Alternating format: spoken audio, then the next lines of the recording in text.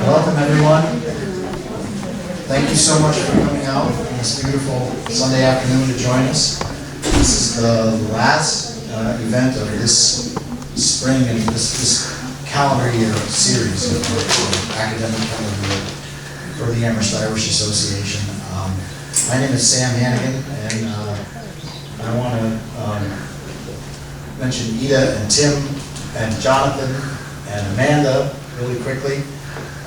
We'll get into that in a little bit more in depth later, but we have some new faces here, and I know many of you have heard this before from me, but just to give you the background of how the Amherst Irish Association started, back in 2015, I think it was 2014, here in Amherst in the spring, there was a really regrettable event. It was named Blarney Blowout, and it had to do with the college campuses and leaving for spring break and having one last big party before they left town. And it really was a mess, quite literally a mess, like kids being dragged through the mud by the police and drunkenness all over the place. And because it was tagged with that name, Blarney Blowout, Ida and I were talking about it, and we wanted to counter that message that being Irish and being in Amherst means so much more than that image. So for these last 8-9 years now, we've been presenting this event series, and it's been really wonderful and magical. And all of our guests are volunteers. All the support, everything we do, it's all volunteers. And the members are our backbone. You support us so that we can do these things, and we're so grateful to you. So thank you very much for coming out today and every day. And with that, let's see, you want me to have Rosie next? Yes. Rosie, would you like to come up? Yes. This is Rosemary Kane, winner of the Margaret. Thank you so much for having me, and I'm happy to say that I was too old to be one of those struggling people that was dragged out of the gutter, but who knows, you know, what or how I would have been when I was a young person. I hope I would have represented Ireland just as Ida and Sean are, and Tim today. So, I don't know if you know that I was sort of filled with missionary zeal when I heard about Margaret Maher and her 30 years with the Dickinsons, and a wonderful book by Aoife Murray made us news, and a great deal of research about the Dickinson servants, but the one that topped the bill, of course, was Margaret, who was in the Dickinson household for 30 years at a time when they were indeed anti-Irish, and she seemed through diligence and charm and just native intelligence to have overcome all of that and to have in many ways befriended Emily in her hour of need. So to that effect, I was hoping that I could Celtify a few more of you, since we dared to Celtify Emily. And maybe my friend Chris Devine could come up here with me as well. So Chris has had his own Celtification as a wonderful musician, and he's part of our show, which is called Emily Dickinson and the Celtification, Margaret Murray and the Celtification of Emily Dickinson. And we are headed off with our Troubadours, our show that played in Greenfield in early December. And when I discovered that Emily Dickinson is now on the Leaving Certificate curriculum for 2024, it seemed like it was a shoe-in to Irish performance venues, with one other exception, a theatre in Feathered, close to Killusty, where Margaret Maher was born and raised. Yeah. How did you come to love Emily? Oh, well, I'll tell you. No, well, I just came to love this woman, and that's why I'm involved. But it really is truly a marvelous and multi-stylistic, not purely Celtic music program that Rosie has written, and put a lot of the poems to music but as well written a lot of often hilarious and very touching text as well. And the show sold out 3 times when we did it last, when was that, was it? December. It was in December, okay. And so I can't endorse it highly enough, or this person whom some of you know, and if you don't, you should. Jeez, I must have paid you. Or how much you charge. Anyway, there's information about the trip, and I'll be here for the tea and scones if you want to ask about it. We would love some of you to join us. You know, we need a quota and a quorum so that we can reduce the price of the land package. And aside from that, we would just love to have more people travel with us and have an exposure to the land and learn. You don't need many excuses to go there, but this is a huge one. And again, thank you to Ida and the Irish Association for all that has been done here to have Irish culture proliferate in Western Mass at such a high level. Thank you very much.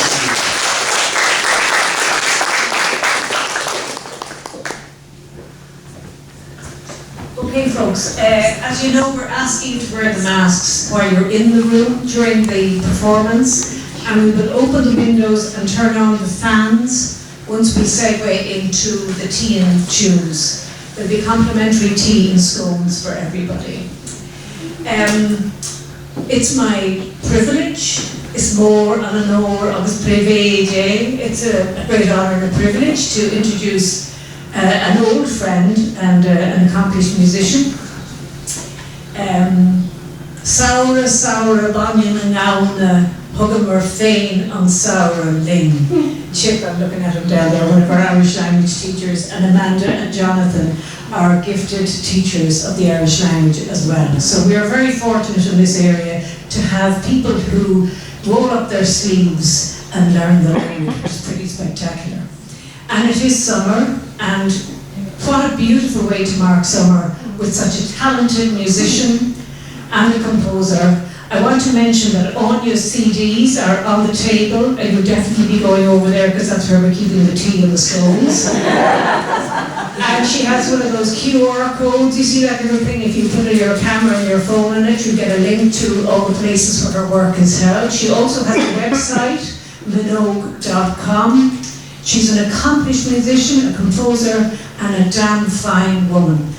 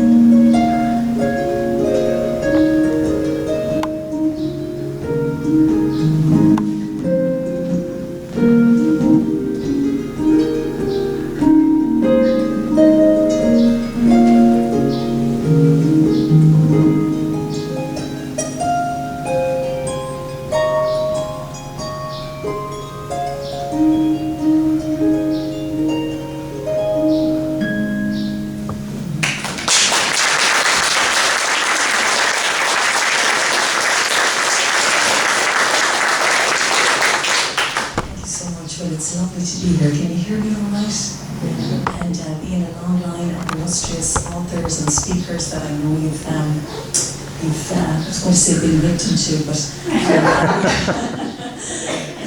excuse me, but it's lovely to be here and see old friends. Rosie, we've been friends for decades. We're both Bunratty girls and started our careers there. Bunratty is a castle in Ireland, and anyone who's a harpist that came out of Ireland usually went through. It's sort of like being a member of the Disney Club. So we're both like Disney girls, we're like Bunratty girls, and of course Ida and I have been friends for many years also, and so it's just lovely to be here. So anyway, I started off with a tune called King of the Fairies, and I'm trying to keep on a spring-summer theme here. It's been a long winter and a long few winters all together now. So, King of the Fairies, of course. We're going to come up to the summer solstice soon, Midsummer Night's Dream, with a celebration of all things fairy-like and fairy lore. And we have a huge, I don't know if you've had any authorities on fairy lore. Speaking of Disney, they sort of commandeered it, but we have a fantastic mythological writings and stories around fairy lore. W.B. Yeats, of course, was the great collector of all things, spurred by Lady Gregory. Who was really a wonderful collector of all fairy stories also. But a lot of musical tunes in the Irish tradition have the word fairy in them, not least that one which is called King of the Fairies. There's also Queen of the Fairies. But anyway, I started with King of the Fairies and went into a tune called the Ash Grove, which is something I also associate with summer, and I know many of you are probably familiar with the melody, and you're hardly going to recognise anything else I played, so I hope you enjoyed that one. And it's from Wales. And the song is sort of a variant of a song by Brendan Graham, a wonderful songwriter from County Tipperary, about 10 miles from where I was born.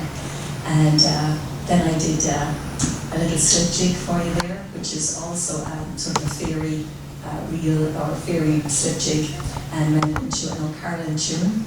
And I played a lot of O'Carolan tunes during COVID, and for those of you who don't know, O'Carolan is a 17th, 18th century composer, and he lived through a pandemic himself. And smallpox pandemic swept through Europe over the course of 100 years in 3 waves, and a third of the people who contacted died.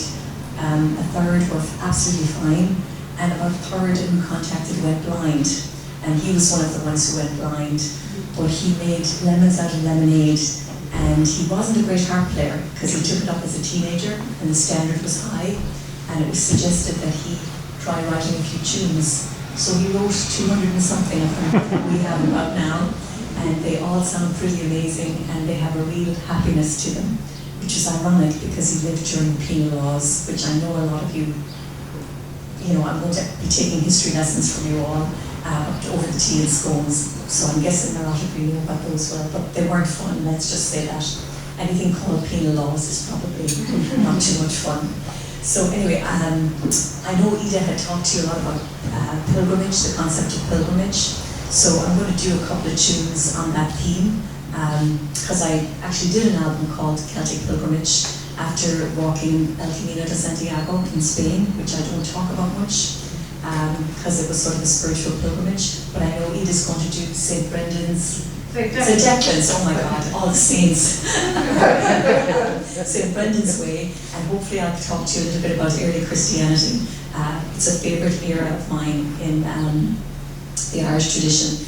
But I'm going to do a tune that I renamed to call the Sitting Pilgrimage, and I'll tell you a bit more about it. But either side of it, it was actually Speed Bunny Boat was the name of the tune, but I decided to rename it the Sitting Pilgrimage for reasons I will later tell you. And leading up to it, I'm going to do a tune called Uncoolan, which is a slow air, which is basically arrhythmic, there's no rhythm to it, and I'm going to put a fast tune by O'Carolan on the back end of it. So, hope you enjoy.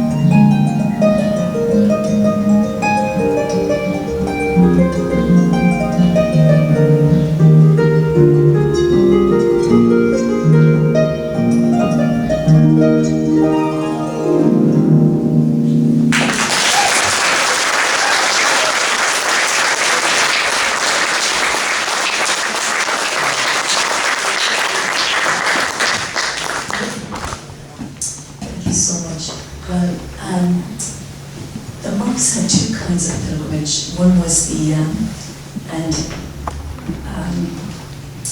a few kinds of martyrdom, and they were a little bit, if you will, jealous of the early Christian evangelizers, because those guys would go in and they'd suffer sort of terrible martyrdoms.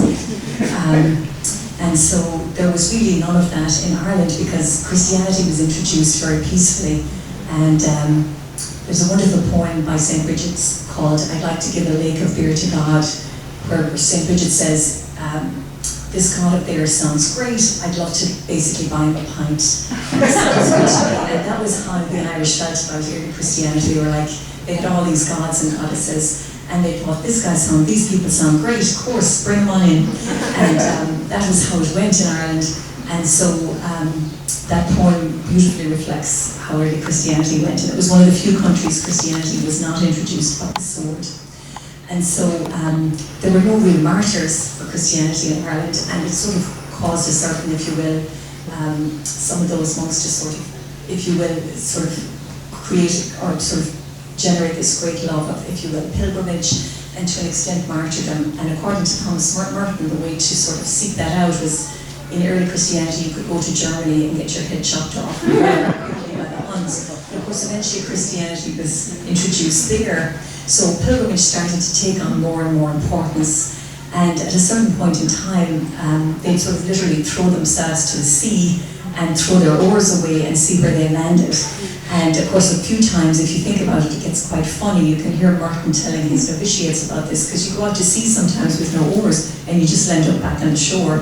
But in any case, places like Skellig Michael, which you might have seen in Star Wars, you wonder how those ended up as holy places. And I imagine it was for, well, Martin himself would say, probably for reasons just like that, because who in their right mind would build a monastery on Skellig Michael? But it's pretty spectacular if you ever get to visit it. But in any case, that was one way that they would go on pilgrimage. And a lot of these places they would only pilgrimage to in summertime. They weren't insane, but they would be allowed to do that. They would ask permission and they would go on pilgrimage in the summer to really strange reasons, strange places. And it was believed they got as far as Iceland. There are remnants there of them having gotten as far as Iceland. I think you heard wonderful accounts from Ida about the 5th century way that she's about to walk. And I was very blessed to walk the Camino de Santiago, which was much, much later. Of course, the Spanish are always a bit behind us, which is fine.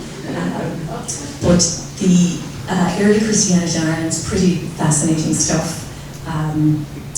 And mostly because the Romans never invaded Ireland. And also the barbarians never invaded Ireland. And it became more of a monastic society. And there were no cities. And it was all monastically based. And that was what kind of kept Ireland apart and kept it different, probably right up until, you know, the 19th, 20th century. And that's why we are the way we are. And probably you are the way you are.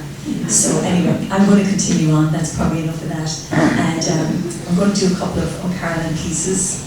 The first one is Bridget Cruise, and we'll see where it takes us after that.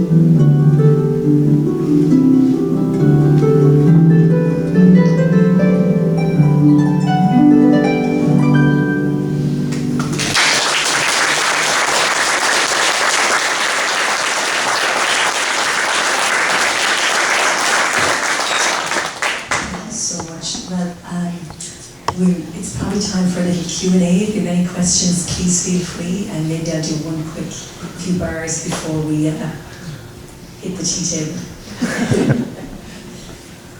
Yes. What were some of your influences in your family or in your environment, and what kind of people really inspire you now, musically and otherwise? Well, I grew up in a large musical family, so there was 9 before me, and they were all playing instruments. So I had an older sister who played harp, and she was probably my biggest influence, and was really kind about encouraging her son like that. And I grew up around a lot of great musicians and flagioles, which were music festivals and all that kind of thing. And my parents were very good about, they got us instruments and encouraged us. And my father ran an Irish club, sort of like she was like the Áine of where I was. And so I was very lucky, and I loved the chieftains and Clonard, and was what Moya Brennan was, oh my God, unbelievable. And just, my brothers were playing Bob Dylan, it was all kinds of music, and we were kind of a musical family. And there's all kinds of great people around now. Oh my God. All the great Irish bands. I'm a big Seamus Egan fan, a huge Seamus Egan fan. Very inspired by Seamus altogether. So, yes. Could you tell us a little bit about your instrument? Yes, of course. This particular one is kind of a deluxe harp model. It's a little bigger. And can you hear me? It's hollow in the middle at the back. This is hollow in here. So it's about 27 pounds. And you're all welcome to carry it out for me afterwards. I'm not proprietary about it at all. So these things here take up the pitch a half a tone. So, for example, when the pitch is normal, it's here, and when I raise it up, it's here. So those things, it's like an elastic band, and when you stretch it a little further, and those clips stretch an exact half tone. So to be a good harp maker, you have to be a really good engineer and a really good craftsman. And so this is what's called the harmonic curve, and that's the front pillar, which is structural, and this is the sound box where all the sound gets amplified or made, if you will, reproduced. Who's the maker? A guy called Stephen Green. He's passed away a few years ago, but he was out of West Virginia. Steve. Steve, that's right. And his name was Stephen Green, and I said to him when I met him, I said, there's a Stephen's Green in Dublin, you should not have changed your name. But it was too late then. No more questions? Yes. Edith said that you compose tunes as well. Would you play one of those for us? I will. I'll finish up with one of my own, no problem. Usually I play a ton of them. You don't know what's going to come out. We're going for summer, so I guess I don't write a lot of music in summer. So, that's it? Yes. What keys do you mostly play? Actually, a great variety of keys. A lot of the Irish musicians play in G, D, and A a lot. I do a lot of flat keys. I like the flat keys, and for those of you who are musicians, I like their flat keys and their relative minors. I like the way that they sound. That's it. How much are the CDs? The CDs are $15. And cash or check? Or you can order online through on his website, Minogue.com. And you can actually, all this stuff is on, there's 16 albums, there's just 3 titles on CD, but there's 16 albums and they're all on Spotify and Pandora, and you can follow and all that stuff and blah, blah, blah. And don't forget, you can join Rosie, go to Ireland on her trip to Ireland and see them perform their new piece, The Calcification of Emily Dickinson. So she'll be here and you can chat to her and Chris, and you can see Chris's show, the Jethro, which is the Jethro Tull, which is amazing. He's a fantastic, amazing musician. You can see Wild Irish Women, but it's a great opportunity to travel with Mad Irish Women to Ireland with their new show and see Killarney and Feathered, which is in County Tipperary, which is absolutely right near where I'm from, so you have to go there. So it's really a great opportunity, really intriguing way to see Ireland, and I hope you tell your friends all about it. So, okay, any more? That's it. I'll just finish up with that little tune then, and thank you all so much for coming. It's been a great pleasure being here. My thanks to Ida, all the volunteers, and the Irish Amherst Association. Thank you.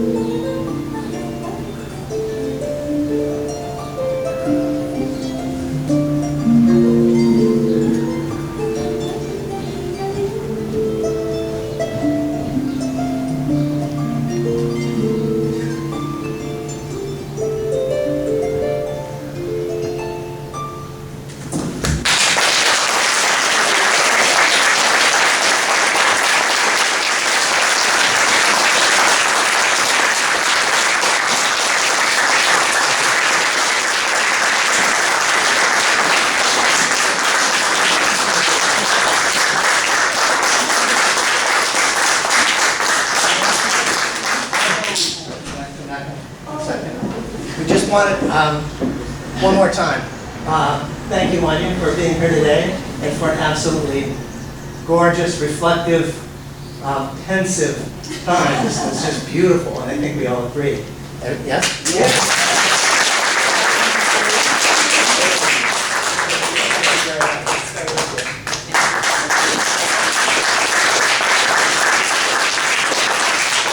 I want to take this opportunity once again to thank the Government of Ireland and the Immigrant Support Program that's run through the consulate, the Irish consulate in Boston with Consul General Alicia Moore, who've done an awful lot for us and are able to make it so that we can offer programs like this.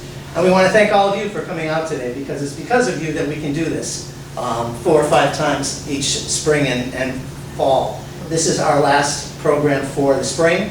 We'll start up again in September. And I think now, tea and scones. All right?